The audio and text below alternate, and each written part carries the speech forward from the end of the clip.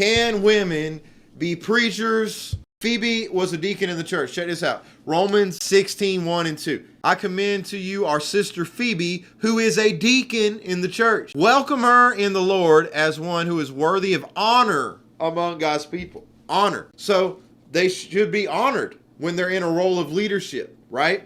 And I know deacons, that term is not used as much now, but the application of that office is used all the time for men and women, all right? And they should be honored. The women should be honored.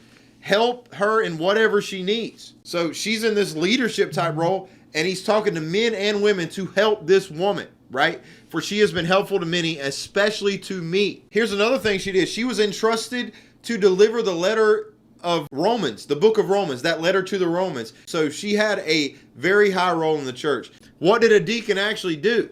The role of a deacon combined both spiritual and practical responsibilities, focusing on service, care for the congregation, and various administration duties. They serve the needs of the church through hands-on assistance and practical care. But also, guess who was a deacon? Stephen was a deacon. Philip was a deacon. Did Stephen, especially, and Philip preach? Yes. Stephen got a whole chapter preaching in Acts. So it's not just someone who serves in an administration context. It needs to be somebody that has the ability to preach too and teach. And then in 1 Timothy, it talks about all these different qualifications of deacons. Now, I know in there it says a husband should be married to one wife.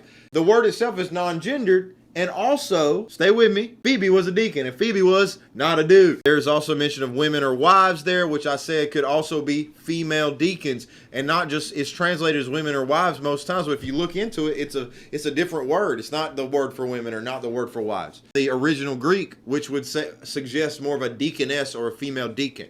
Write in the comments for me, Phoebe was a deacon and Phoebe was not a dude.